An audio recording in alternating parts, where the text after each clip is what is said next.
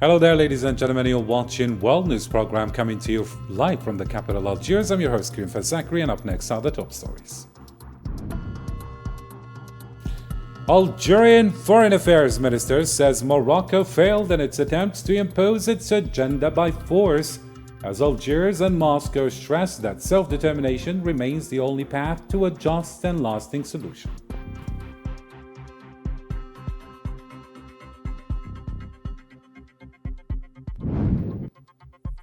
Also in our news, new Palestinian martyrs in Gaza as occupation forces violate the ceasefire and demolish buildings, and 2 more were killed in southern Lebanon in fresh Zionist airstrikes.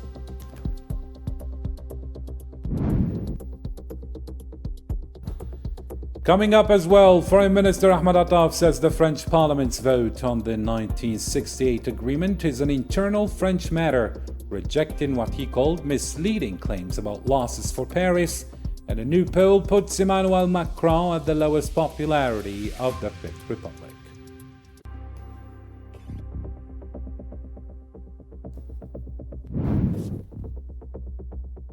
And in Sudan, deadly RSF attacks hit Kordofan, with thousands reportedly detained in El Fasher. Rights groups warn of the violence may amount to crimes against humanity as the ICC raises alarm. Full reports are straight ahead.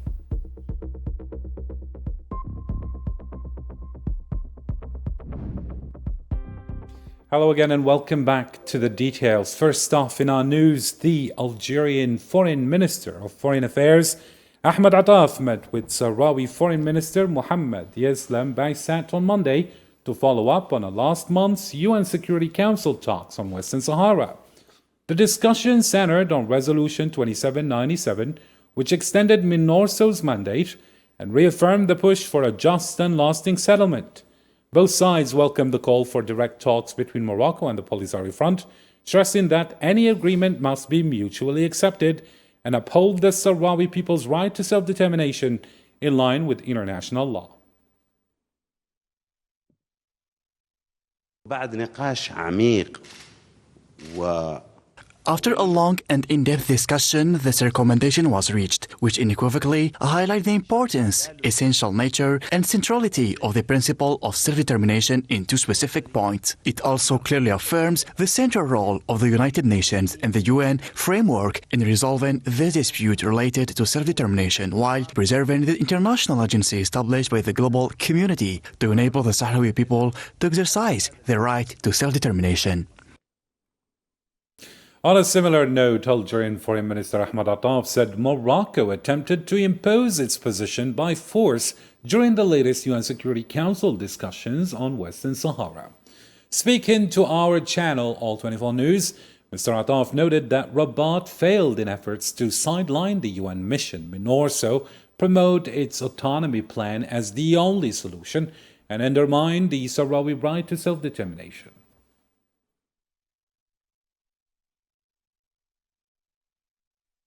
أود أن أذكر أن بالإطار العام I would like to recall the general framework. The Security Council holds 2 sessions a year on the Western Sahara issue. The first session in April assesses the work of the UN mission in Western Sahara, MINURSO. The second session in October renews MINURSO's mandate. This time, at the second session in October, the Kingdom of Morocco sought to seize the opportunity to push through by force on the Western Sahara issue in order to advance its historical objectives.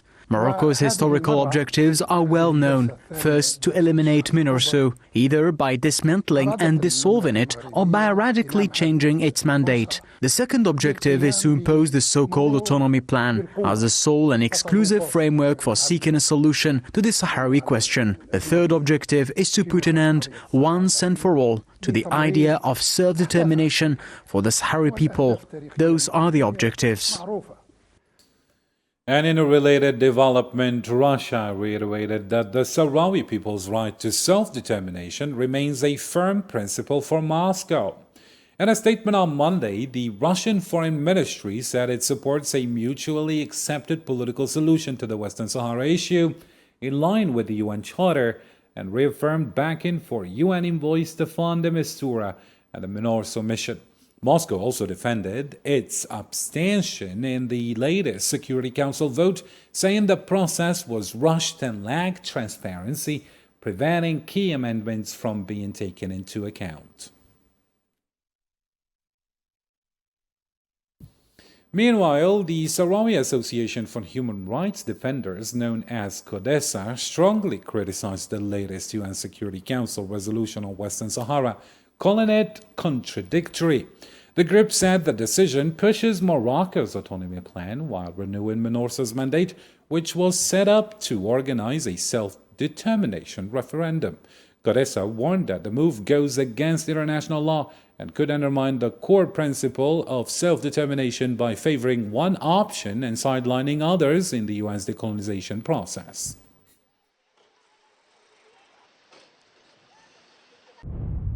The UN Security Council's resolution promotes Morocco's autonomy plan while renewing a mission meant to organize a self-determination referendum, a clear contradiction with international law. It raises concerns about undermining the principle of self-determination and includes elements that conflict with UN principles and decolonization rules by favoring one option over others.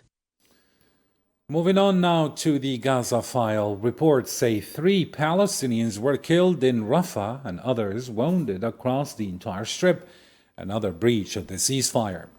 Occupation fires carried out heavy air and artillery strikes and demolished homes in several areas, from Rafah and Khan Yunis in the south to Nusayrat in the center and eastern Gaza City in the north. Gaza's government media office, meanwhile, is saying that the Zionist entity has now recorded 194 ceasefire violations, stressing that humanitarian aid is still far from enough. Only about 3,000 trucks entered in the last month, when Gaza needs around 600 a day. For its part, Hamas military wing, the Qassam Brigade, says it handed over the bodies of 3 Israeli captives to the Red Cross on Sunday. The group says the bodies were found inside a tunnel in the southern part of the strip before being transferred to the ICRC. At the same time, medical staff at Nasser Hospital in Khan Yunis say they've received the remains of 45 Palestinian martyrs returned under the ongoing ceasefire deal. These bodies were also handed over through the Red Cross as part of the 7th prisoner exchange round between the two sides.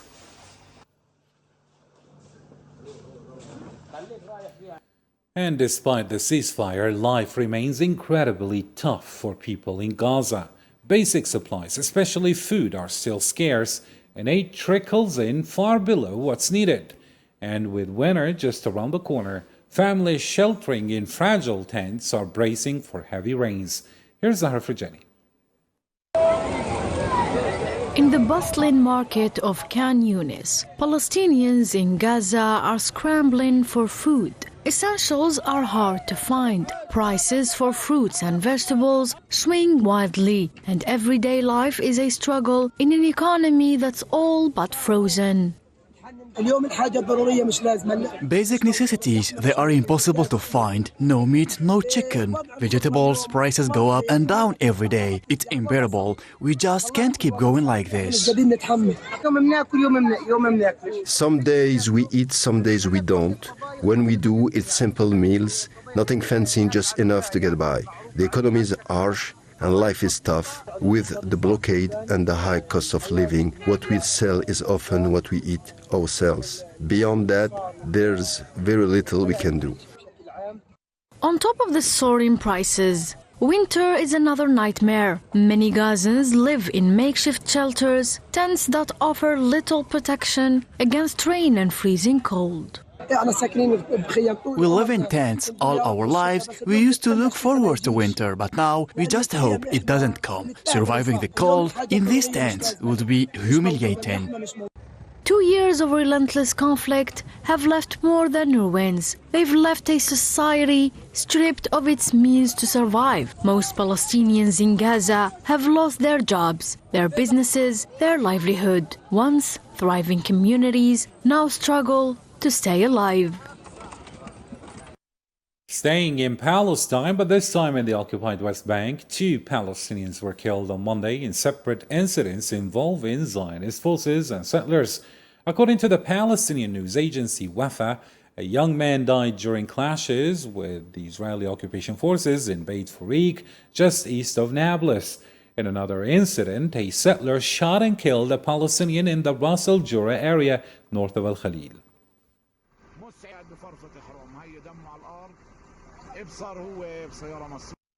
In the occupied West Bank still, Zionist forces launched a wide arrest sweep early Monday. At least 12 Palestinians, including 2 women, were taken from several towns and villages, among them Ariha, Salfit, Nablus, Ramallah, and Al Khalil. According to the Palestinian news agency, troops also demolished 2 water wells, stopped farmers from harvesting olives, and ordered the uprooting of olive trees across more than 15,000 square meters west of Ramallah, adding further strain as residents are facing an already difficult season. All the way to Morocco, the anti-normalization movement is again accusing the Makhzen regime of profiting from Palestinian bloodshed while publicly claiming solidarity.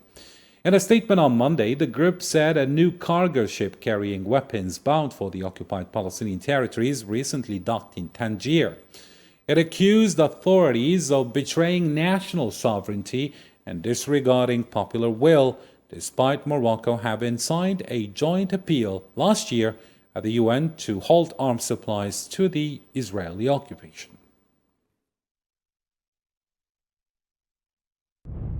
The ship Maersk Norfolk is currently docked at the Tangier Med port, where it will load containers classified as dangerous cargo and transport them to the occupied ports of Haifa and Ashdod, just as it has been doing since November 2024.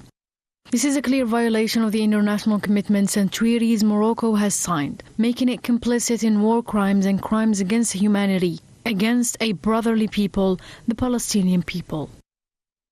Elsewhere in the Middle East, in Lebanon, the health ministry says 2 people were martyred and 7 others injured in Zionist drone strikes in the south. Officials reported that a drone targeted a car on the eastern Douai road in the Nabatea district, killing 1 person and wounding 7 others initially. A second strike hit the town of Ait al-Shab in the Bint Jbeil district, leaving another person martyred.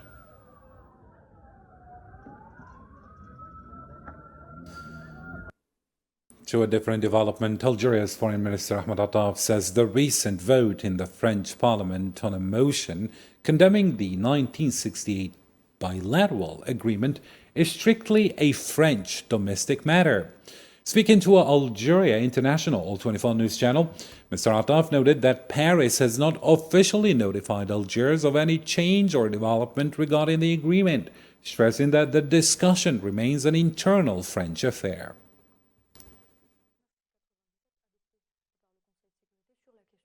Maintenant, sur le fond.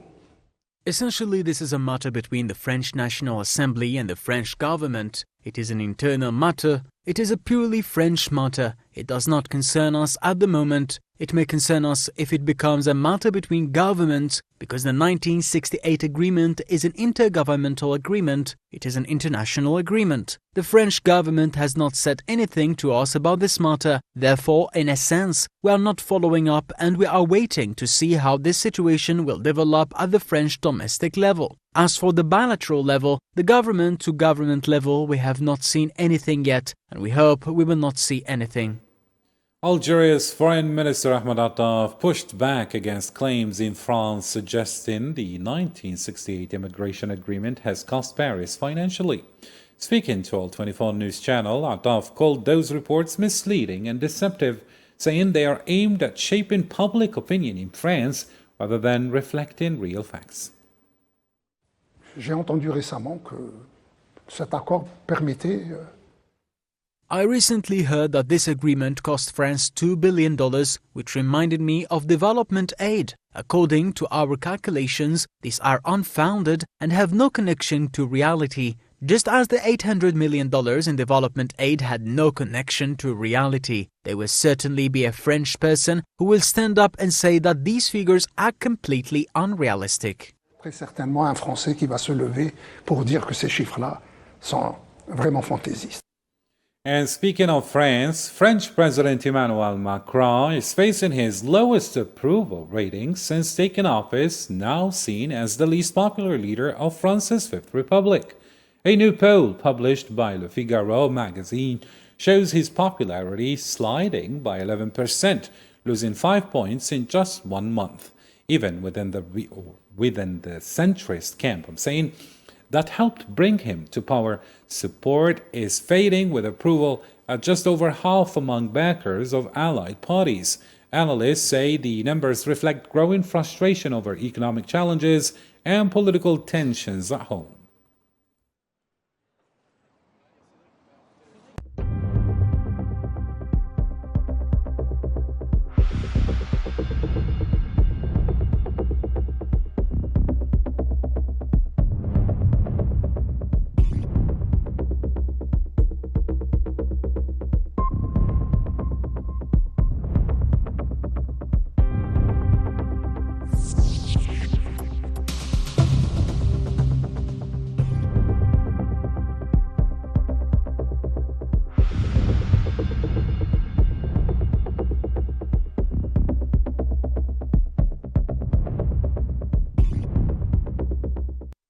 And in diplomacy, China's President Xi Jinping has reaffirmed Beijing's strong ties with Algiers, saying he's ready to work hand in hand to deepen trust and expand cooperation. In a congratulatory message to President Abdelmadjid Tebboune on the 71st anniversary of the November Revolution, Xi praised what he called the solid and historic friendship between the two nations, highlighting nearly 7 decades of partnership and fruitful results on the ground, from development projects to strategic coordination on global issues. In another story, the Speaker of Algeria's National Assembly, Azouz Nasri, has arrived in Doha to represent President Abdelmadjid Tebboune at the Second World Summit for Social Development. Mr. Nasri landed in the Qatari capital on Monday, accompanied by senior Algerian delegation. He was received at Hamad International Airport by Qatar's Director of Protocol, Ibrahim Ben Youssef Fakrou, along with Algeria's ambassador in Doha, Saleh Atiyeh.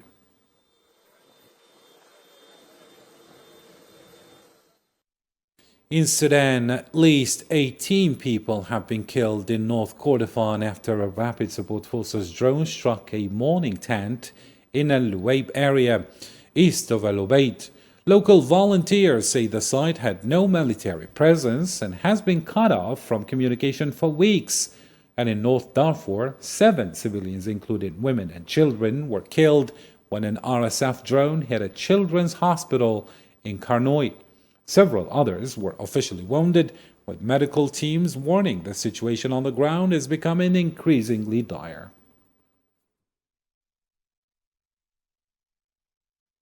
And in El Fasher, doctors are raising the alarms over what they describe as catastrophic conditions. The Sudanese Doctors Network says the Rapid Support Forces are still holding thousands of civilians inside the city and preventing them from fleeing.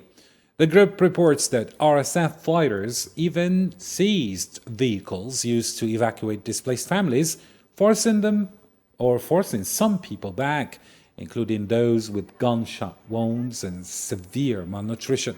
Medical teams are urging the immediate release of trapped civilians and the opening of safe corridors for aid and evacuation.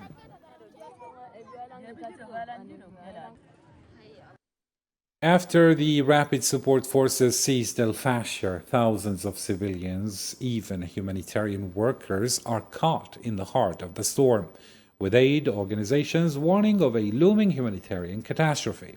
Here's Karim Masfawi with the report. Torture, death, destruction, and displacement, a horrific scenario almost identical to the genocide in Gaza, is now taking place in the city of Al Fasher, northern Sudan, after the Rapid Support Forces seized the government last stronghold in North Darfur. Everyone fled the city. Soldiers and civilians alike ran away. Everyone rushed to escape the gunfire that surrounded us. I was sleeping and woke up to heavy gunfire early in the morning. I had never heard gunfire that intense before.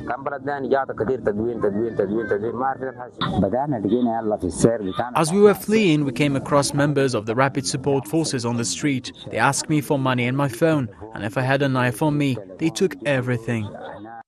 The fall of Al-Fashir took place in a bloodbath last week, unfolding a deeply worrying humanitarian situation that has raised serious concerns among several aid agencies as civilians and even humanitarian workers find themselves in the heart of the storm. Tens of thousands have left Al-Fashir, have fled.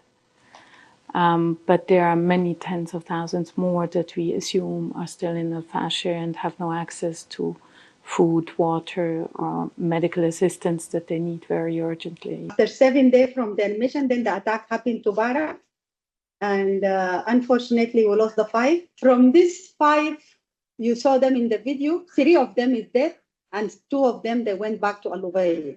We are here in Sudan to help the Sudanese people with all this tragedy, this conflict happening from now it's almost 3 years. Since April 15, 2023, Sudan has been torn by fierce fighting between the Sudanese army and the Rapid Support Forces, a conflict that, according to the UN, has claimed over 20,000 lives and displaced more than 50 million people.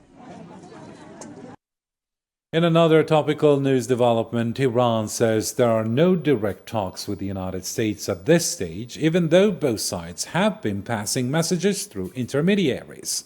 Speaking in Tehran, Foreign Ministry spokesperson Ismail Baghai confirmed that mediators are trying to narrow the gap, but stressed that no negotiations have actually begun. He added that any serious talks on the nuclear file would only happen if what he called Iran's rights are fully respected. We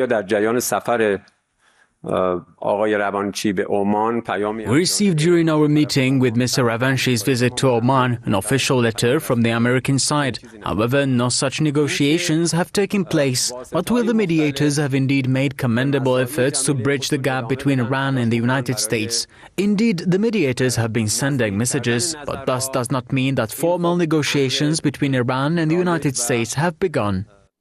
All the way to America now, U.S. President Donald Trump is again urging Democrats to end the ongoing government shutdown. Speaking to reporters aboard Air Force One, Trump said the solution is simple. Democrats just need to reopen the country. When asked about concerns over food assistance programs like SNAP, he brushed off worries, saying the issue would be resolved quickly once Democrats vote to reopen the government. All they have to do is open up the country. You know, we voted 14 times to open the country. We have voted 14 times to open the country, and they vote to keep it closed. All they have to do is vote to open the country, and we only need 5 Democrats. They have a lot of Democrats. We only need 5. But the Republicans have voted 14 times to open the country. It's time to catch up on other news stories making headlines in the News in Brief.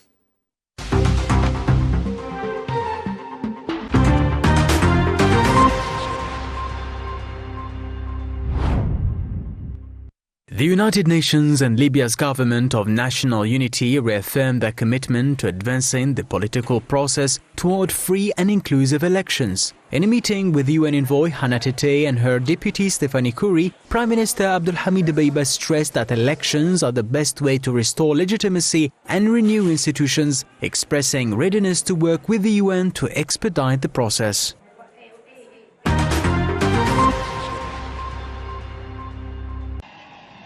Tanzanian President Samia Suluhu Hassan was sworn in on Monday to begin her first elected presidential term. The Electoral Commission announced that Hassan, who assumed office in 2021 following the death of her predecessor, won the election with about 98% of the vote.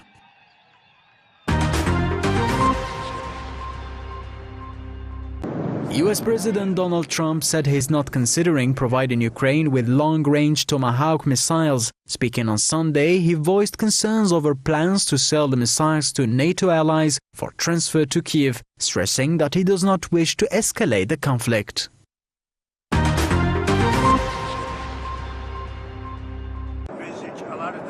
US President Donald Trump accused nuclear-armed countries, including Russia and China, of conducting undisclosed underground nuclear tests. In a television interview on Sunday, he defended his order for the Pentagon to resume testing, claiming both nations are already doing so in secret.